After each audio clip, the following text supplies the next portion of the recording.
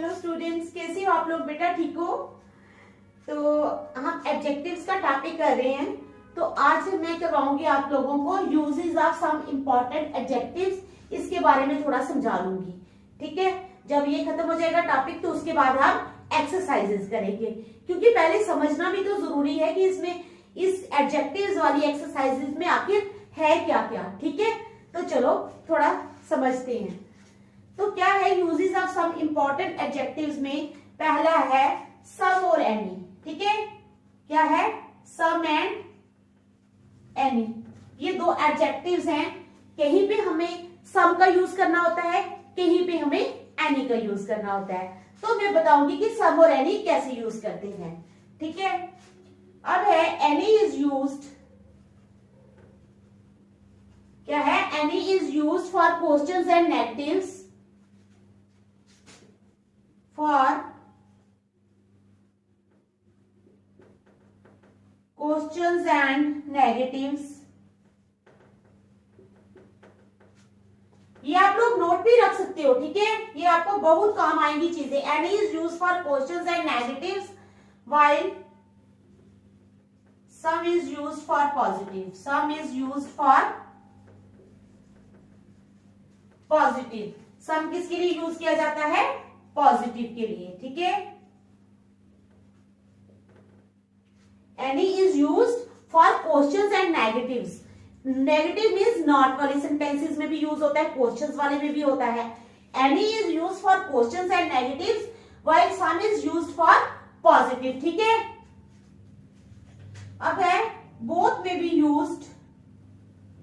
Both में be used with countable and uncountable nouns। ठीक है,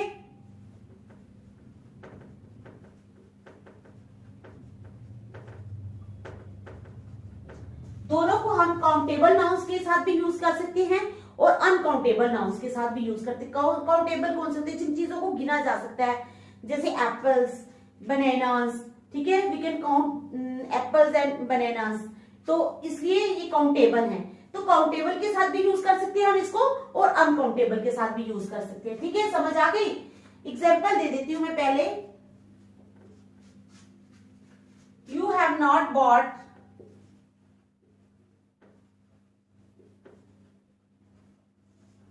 you have not bought any apples. क्या? Any apples. तो any क्या है? यहां पर एनी लगाया हमने। ठीक है, एनी है हमारा एडजेक्टिव, लेकिन क्या इसमें हमने नॉट वाले सेंटेंस में लगाया। बोला ना any is used for questions and negatives. Any जो है ये क्वेश्चंस वाले सेंटेंसेस में और नेगेटिव्स वाले में जो है ये यूज किया जाता है। यू हैव नॉट, ये नेगेटिव सेंटेंस है। You have not bought any apples. ठीक है, तो इस नेगेटिव सेंटेंस के लिए हमने एनी यूज किया है। तो चलो आगे दूसरा सेंटेंस है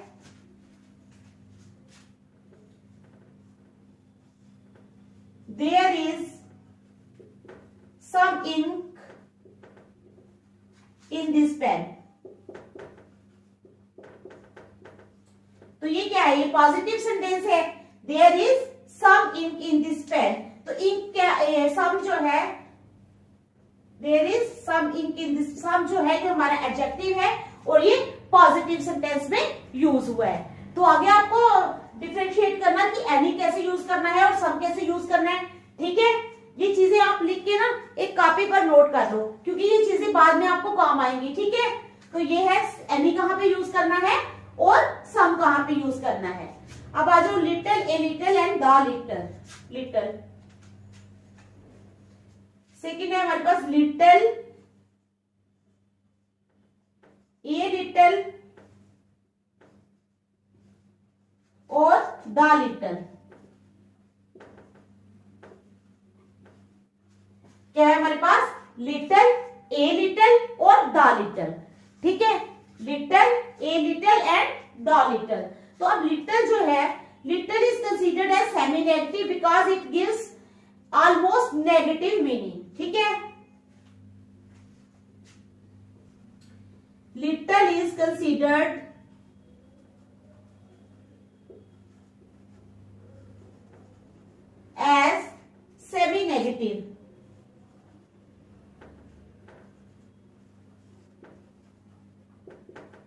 लिटिल को हम क्या कंसीडर करते हैं, semi negative, as it gives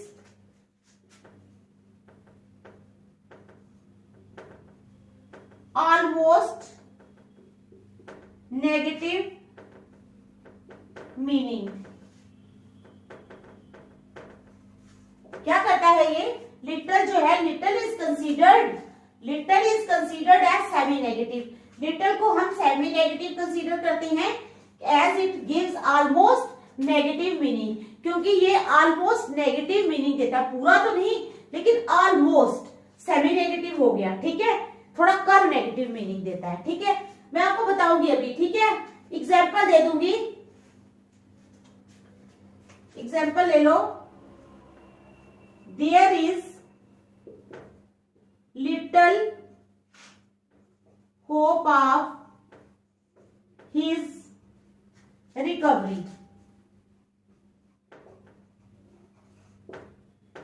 क्या है हमारे पास, there is little hope of his recovery. His recovery means उसके ठीक होने की हमारे पास लिटिल होप है, ना के बराबर होप है। तो क्या है, सेमी नेगेटिव इसने मीनिंग दिया है, पूरी तरह से नेगेटिव मीनिंग नहीं बोला है कि भाई there is no hope of his recovery या कुछ, तो क्या है, there is little hope of his recovery. तो ये हो गया कि इसका सेमी नेगेटिव इसने हमें दिया है, थोड़ा सा हिंट दिया है कि there is little hope of his recovery. समझ आ गई आपको लिटिल कैसे यूज करना है, सेमी नेगेटिव में लिटिल का यूज होता है सेमी नेगेटिव में, ठीक है, आपको समझ आ गई ना, समझ आ गई बेटा आप लोगों को। देख लो लिटिल कैसे यूज हो रहा है। अब है ए लिटिल।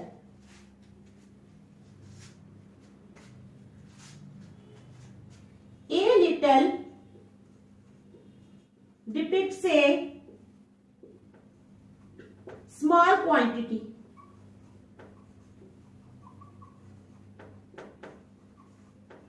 A little जो है ये डिपिक्ट करता है कि क्वांटिटी जो है हमारे पास मात्रा है जो वो थोड़ी है। A little depicts a small quantity, ठीक है, कैसे देखो, A little knowledge, क्या, A little knowledge is a dangerous thing.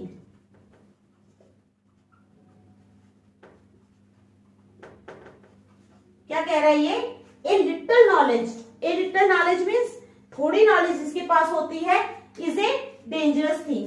A little knowledge is a dangerous thing. समझ आ गया आपको। दो मैंने बता दिए, कौन कौन से, एक तो लिटिल बता दिया, दूसरा ए लिटिल भी बता दिया। अब तीसरा है हमारे पास the little. The little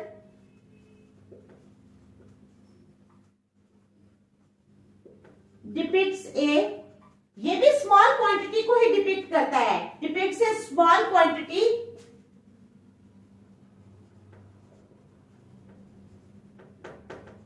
which is, लेकिन वो स्मॉल क्वांटिटी क्या होगी, which is definite and specific. तो क्या है, ए द लिटिल डिपिक्ट्स, ठीक है, CBN depicts, the little depicts a small quantity. The little भी जो है वो स्मॉल क्वांटिटी को ही डिपिक्ट करता है, लेकिन विच इज डेफिनेट, लेकिन जो डेफिनेट है और स्पेसिफिक है। कैसे, मैं बताती हूं आपको। The little money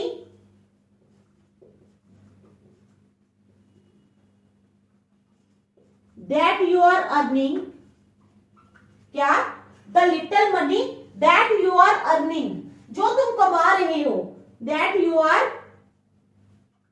earning should not be wasted। तो क्या है कि जो थोड़ा पैसा जो तुम कमा रहे हो, एक थोड़ा सा अमाउंट है। अब पैसा जो कमा रहा है वो तो फिक्स अमाउंट है ना, उसको पता है क्या 1000 कमा रहा है, कोई 2000 कमा रहा है या 5000 कमा रहा है, यानी the little money that you are earning, जो थोड़ा पैसा जो क्वांटिटी उसकी आ गया ना, कि डेफिनेट और स्पेसिफिक मनी यहां आ गई, ठीक है। तो that is the little money that you are earning should not be wasted. जो लिटिल मनी तुम कमा रहे हो उसको वेस्ट नहीं करना चाहिए, तुम्हें उसको वेस्ट नहीं करना चाहिए। तो ये डिफरेंस था लिटिल, ए लिटिल और द लिटिल में, ठीक है। आप देख लो, आपको समझ आ गई। आपको इन चीजों को नोट रखना चाहिए, ठीक है, ये बाद में काम आएंगी।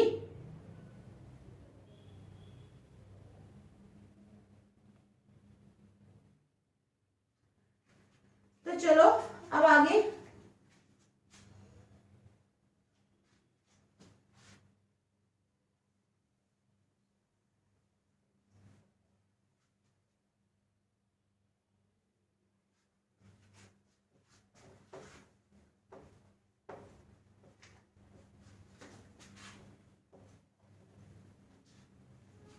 अब आ जाओ फ्यू, ए फ्यू और द फ्यू। क्या?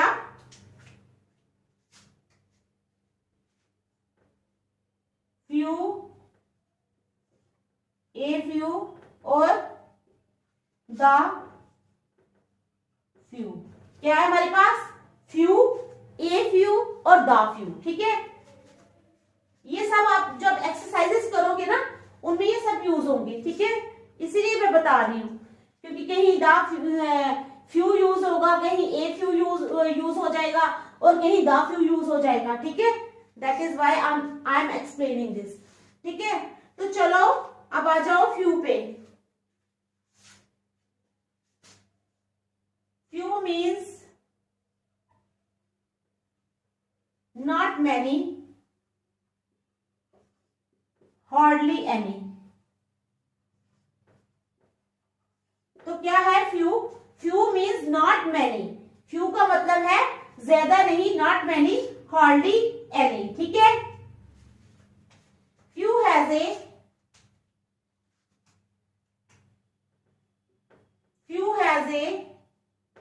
Negative meaning. फ्यू का क्या होता है meaning? Negative. Few has A negative meaning, ठीक है। समझ आ गई?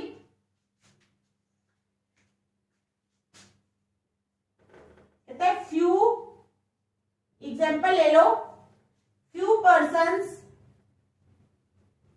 कैन कीप ए, एग्जाम्पल ले लेंगे, few persons can keep a secret.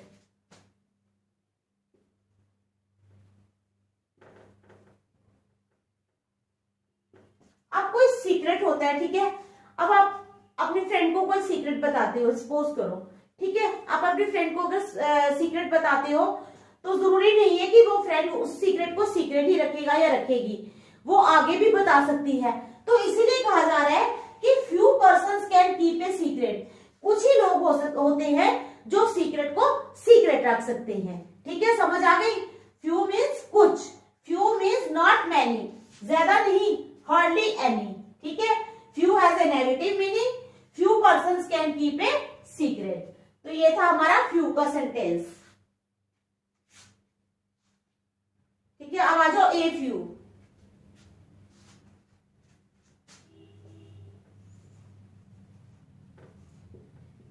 A few means some, some means कुछ, ए फ्यू मीन्स सम।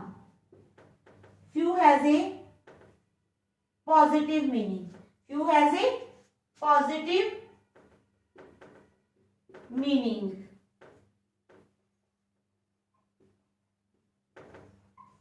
ठीक है। समझ आ गई आपको?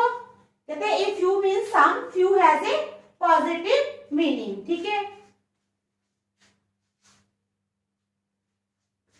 एग्जाम्पल ले लो, I requested him to bring me a few books. क्या?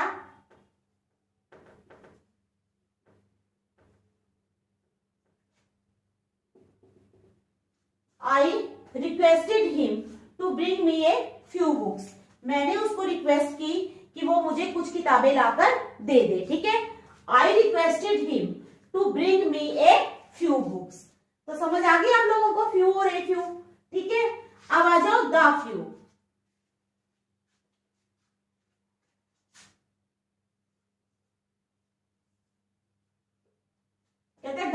मीन्स नॉट मैनी, ठीक है, but all of those.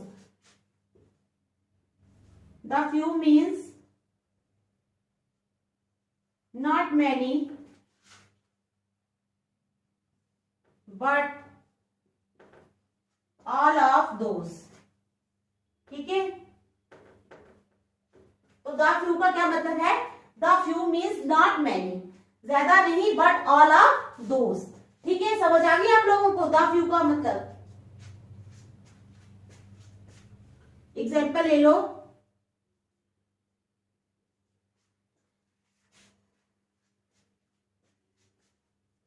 The few days that I passed, the few days that I passed in her company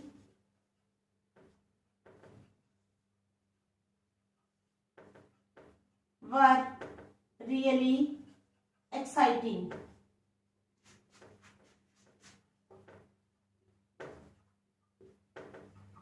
क्या है? The few days that I passed in her company, वो कुछ दिन जो मैंने उसकी कंपनी में गुजारे, वर रियली एक्साइटिंग, वो सच में बहुत ज्यादा एक्साइटिंग थे। तो समझ आ गया आप लोगों को फ्यू, ए फ्यू और द फ्यू, ठीक है। तो देखते हैं आप,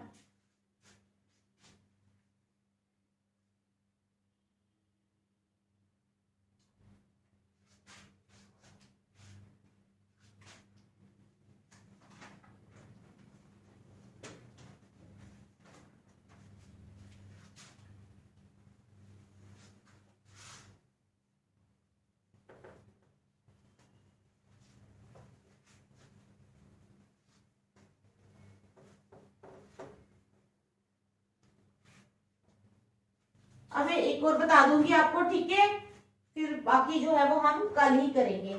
ईच एंड एवरी का बता देती हूँ, ठीक है, समझा देती हूँ ईच एंड एवरी के बारे में। अब हमारे पास आ जाएगा ईच एंड एवरी, ईच और एवरी। तो क्या है? Each and every are both used with singular nouns to indicate quantity. Each and every जो है are both used with singular nouns. Each and every को, दोनों को सिंगुलर नाउन्स के साथ यूज किया जाता है टू एक्सप्रेस क्वांटिटी, ठीक है। समझ आई आपको? Each and every are both used with singular nouns to indicate quantity, ठीक है। अब ईच इंडिकेट्स,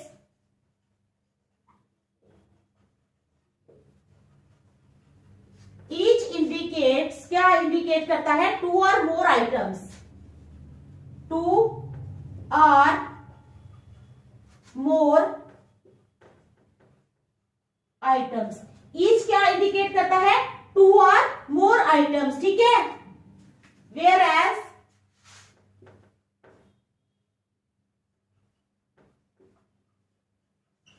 एवरी इंडिकेट्स, अब जो एवरी है वो क्या इंडिकेट करता है? वेयर एज एवरी इंडिकेट्स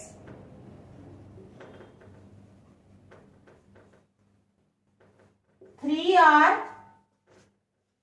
मोर आइटम्स, ठीक है। एवरी क्या इंडिकेट करता है? Three or more items. Each indicates two और मोर आइटम्स, ईच इंडिकेट करता है दो या दो से ज्यादा आइटम्स, ठीक है। अब क्या है? Whereas every indicates, every क्या इंडिकेट करता है? थ्री आर मोर आइटम्स, तीन या ज्यादा आइटम्स, ठीक है। अब मैं दो सेंटेंसेस लिखूंगी, ठीक है। I will write two sentences, तो you will tell me which one is right, ठीक है। तो चलो मैं लिखती हूँ दो सेंटेंसेस। एक मैंने लिखा है she had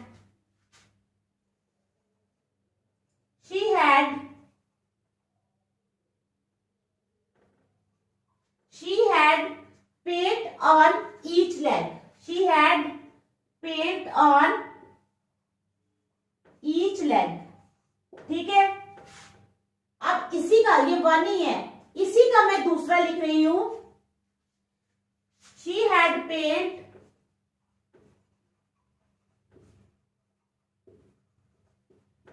on every leg। अब ये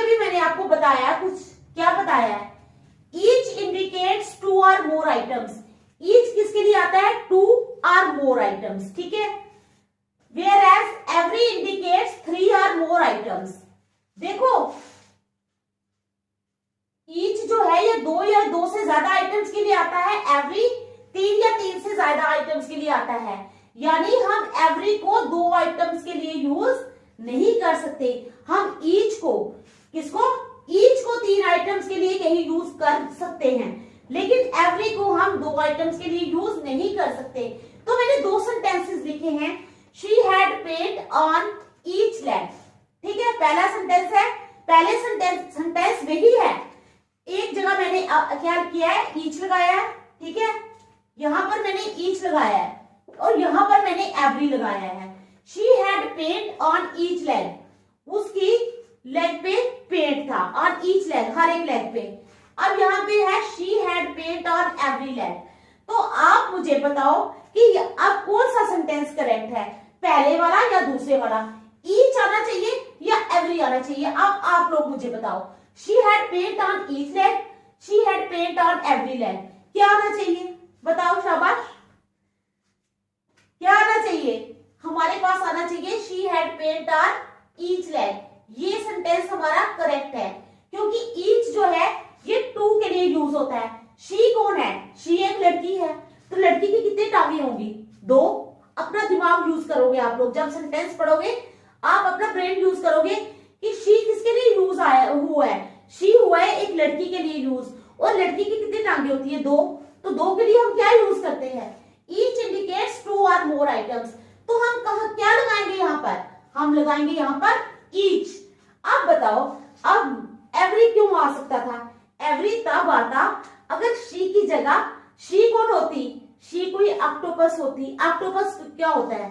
ऑक्टोपस पता है ना, जिसकी 8 टांगे होती हैं, ठीक है। तो अगर ऑक्टोपस होती शी, जिसकी 8 टांगे होती, तो फिर हम लगा सकते थे एवरी, ठीक है। फिर हमें एवरी लगाने में कोई हर्ज नहीं था। लेकिन शी जो है कोई ऑक्टोपस नहीं है, शी इज ए गर्ल और लेडी, कुछ भी कह लो, शी है वो। तो शी के लिए साथ क्या आएगा? ईच करेक्ट आएगा। ये जो है हमारे पास पेंट वाला सेंटेंस, तो ये गलत हो जाएगा। समझ आई? अच्छी तरह आ गई ना समझ? ईच और एवरी, ये आप लोगों ने जब एक्सरसाइजेस करवाऊंगी मैं, तो मैं पूछूंगी आपसे, ठीक है, ईच और एवरी कैसे यूज होता है, ठीक है। एक और मैं लेती हूं सेंटेंस आपकी नॉलेज चेक करने के लिए। दूसरा मैंने ले लिया है, my parents are arriving tomorrow. क्या है दूसरा sentence? My parents are arriving tomorrow, मेरे पेरेंट्स कल पहुंच रहे हैं, ठीक है। And each of them will B,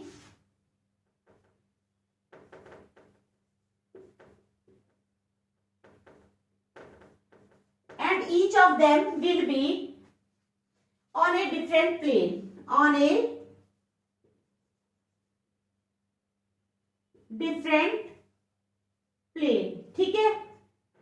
तो एक जगह मैंने क्या यूज किया? अभी मैंने एक ही लिखा है, यहां यूज किया है मैंने each, ठीक है। अब यही सेंटेंस में दोबारा लिखूंगी, ये सेकंड वाला एक बार दोबारा लिखूंगी, my parents are arriving tomorrow,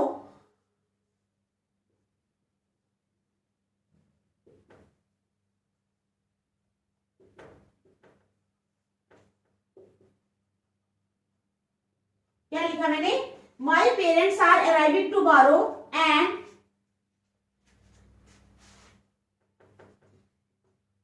every one of them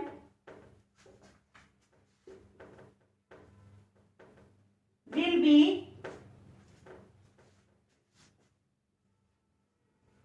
on a different